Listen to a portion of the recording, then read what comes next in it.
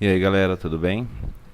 Hoje nós vamos dar início à nossa primeira videoaula, etapa que nós vamos enfrentar agora, que é a sala de aula invertida, onde nós vamos tentar explicar para vocês em casa o conteúdo, vocês vão verificar esse conteúdo e na sala de aula nós vamos fazer as atividades com acompanhamento dos professores, em turma, numa dinâmica diferente, para tentarmos mudar um pouco, né, esse processo de educação tão árduo para todos nós.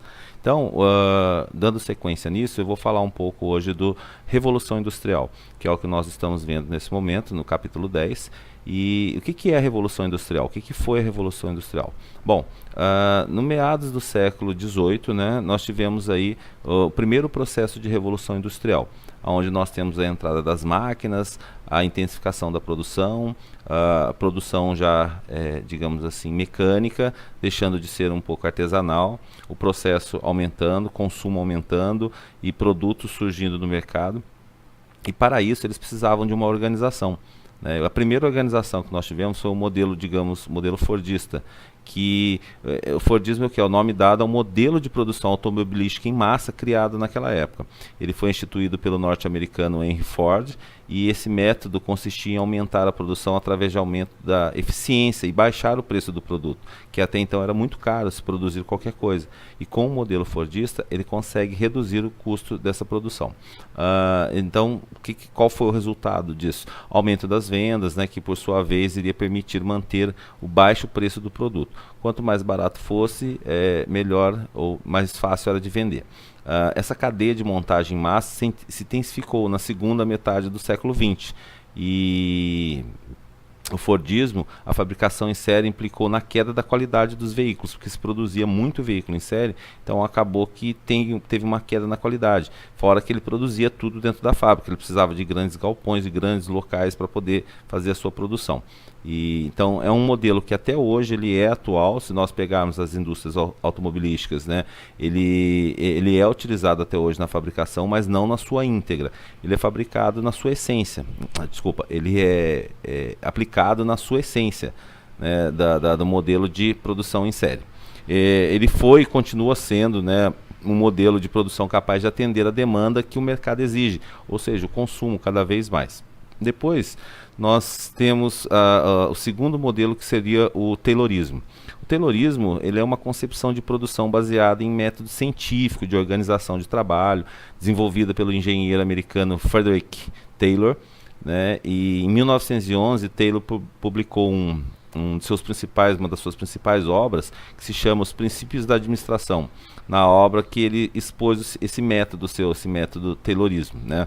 A partir dessa concepção, o Taylorismo, o trabalhador industrial foi fragmentado, ou seja, ele foi dividido. Cada trabalhador passou a exercer uma única atividade específica no sistema industrial, distribuindo assim os modelos de produção, né? Ele não fazia mais tudo, ele não era mais aquele funcionário que fazia tudo, ele foi dividido, ele foi repartido, então cada operário passava a fazer alguma coisa. A organização foi hierarquizada e o sistema, né, sistematizado, e o tempo de produção passou a ser cronometrado, quer dizer, o funcionário tinha um tempo exato para fazer aquele trabalho. Ele não poderia mais fazer do jeito que ele queria, como era feito antigamente, ele faria dentro do tempo estipulado para ele, né? Algumas das características do Taylorismo: racionalização da produção, economia de mão de obra, aumento da produtividade do trabalho, corte de gastos desnecessários, por exemplo, como energia, ou aquele indivíduo que fazia uma coisa e ficava sem fazer nada, ficava ocioso, aquilo lá acabou. E desde então, e cada vez mais, o tempo é uma mercadoria, e o trabalhador que vende sua mão de obra. Nos dias atuais, tudo é marcado em tempo, digamos assim, todos os trabalhos têm tempo para ser feito, todos os empregos nós temos um tempo para cumprir. Então isso vem dessa concepção do Taylorismo. Cumprir tarefas com o menor tempo possível para que a produção aumente, digamos assim, quanto mais rápido, mais ágil, melhor, e o número de produtos que são entregues no final da produção aumenta significativamente. Isso reflete em mais lucro, né, já que o capitalismo também dominou essa questão da produção. E depois nós temos o toyotismo, que é o modo de produção na qual se acumula mercadorias de uma demanda flexível.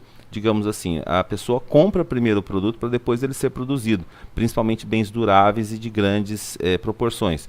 No caso do automóvel, motocicletas e outros bens, né, de porte maior. Opõe-se ao Fordismo, o Taylorismo ele não concorda muito com as ideias do Fordismo, nos meios de produção, onde há o acúmulo em estoque. Não há acúmulo em estoque como é feito no Fordismo. No Fordismo eles estocam muita coisa, e no Toyotismo não há acúmulo de estoque. Eles produzem aquilo que realmente é necessário, compram a mercadoria para produzir aquilo que eles têm o pedido, que é, digamos assim, a demanda que eles estão tendo naquele momento. Ele foi idealizado por Eiji Toyota em 1930, esse sistema, que posteriormente foi difundido, né, ou utilizado pela indústria automobilística japonesa a partir da década de 70, mais ou menos. Fica subentendido que, com a procura por uma determinada mercadoria é grande, a produção aumenta, mas quando essa procura é menor, a produção diminui proporcionalmente. Então nós podemos dizer que esse modo de produção surgiu no Japão devido às condições geográficas do país e a transformações históricas decorridas na época. Então o Japão não tinha muito estoque de mercadoria, ele não tinha muitos produtos, digamos assim, que ele pudesse utilizar para a sua produção. Então ele só fazia realmente aquilo que era necessário fazer. Aí surge o modelo toyotista. Antes de fundar esse meio de produção, Eiji Toyota tinha ido aos Estados Unidos e conhecido o Fordismo. Então ele viu os pontos fracos que ele achou no Fordismo, ele observou, né, o modelo Fordista, e a partir daí ele funda o seu modelo, né, ou ele implanta o seu modelo. Toyota percebeu que a não procura de algumas mercadorias poderia ocasionar crises econômicas, né, assim como nós vimos na crise de 1929, como a produção foi excessiva e não tinha para quem vender. Então ele pensou nisso para poder gerar esse modelo. O Toyotismo foi um dos precursores, né, assim, do crescimento econômico do Japão e do famoso Just-in-Time, né? Eu sei que o Just-in-Time não é muito conhecido de vocês, mas é o que? É uma produção em cima da hora. Você recebe o pedido e tem pouco tempo para entregar, porque o cliente, quando comprou aquele produto, ele está aguardando o produto, ele recebe um prazo, 10 dias, 15 dias, 20 dias para receber o produto. Então, quando você fecha o pedido na loja, seja numa concessionária, numa loja de móveis, eu quero determinado produto, eu quero uma geladeira, eu quero um fogão, não tem estoque, vou levar 10 dias para te entregar. É o modelo Toyotismo atuando, quer dizer, aquele produto vai ser confeccionado, vai ser entregue para você dentro do menor prazo possível. Com isso não há estoque, não há desperdício de mercadoria, não há desperdício de tempo, dinheiro, energia, uma série de fatores. E o Toyotismo ele tomou conta do nosso mercado. Ultimamente, quase todas as empresas tentam trabalhar com esse modelo toyotista, porque justamente pela economia no geral, com mão de obra, com estoque, com uma série de coisas. Ele como é que fala? Nesse modo de produção, os trabalhadores são extremamente valorizados, desempenhando diversas funções em uma indústria. Então você pega um trabalhador, ele tem, além de uma função, né, ele não aperta só parafuso, ele aperta um parafuso, ele controla a máquina, ele controla um estoque, ele verifica o produto, a qualidade do produto final. E assim aquele trabalhador ele é muito bem aproveitado e o nível salarial dele melhora bastante. O toyotismo, em linhas gerais, ele pode ser considerado como sistema responsável pela terceirização da economia. Foi a partir dele que nós passamos a terceirizar o serviço. Então hoje muitas empresas que sobrevivem de pedidos de outras empresas graças a esse sistema Taylorismo. Então, digamos, uma montagem de um celular. A fábrica normalmente ela não faz todo o processo.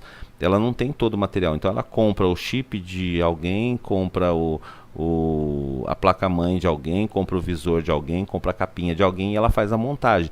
E essas pessoas que estão fornecendo esses materiais acabam também gerando renda e emprego, né, para o país.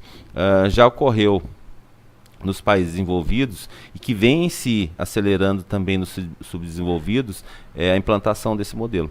Então, esses são os 3 modelos de produção que nós temos na nossa história. Primeiro o Fordismo, depois o Taylorismo e por último o Toyotismo, que é o modelo atual que nós trabalhamos no geral. Beleza? Pessoal, isso é um teste para saber como é que vai funcionar isso. Espero que vocês gostem. Podem falar o que quiser no dia da aula, quando nós nos encontrarmos. Deem dicas, ver se eu estou falando bem, se eu estou, sei lá, também estou um pouco nervoso, que é a primeira vez, né, assim, com vocês. Então, vamos ver qual o retorno que nós vamos ter disso. Beleza? Beijo para todos. Até a próxima aula.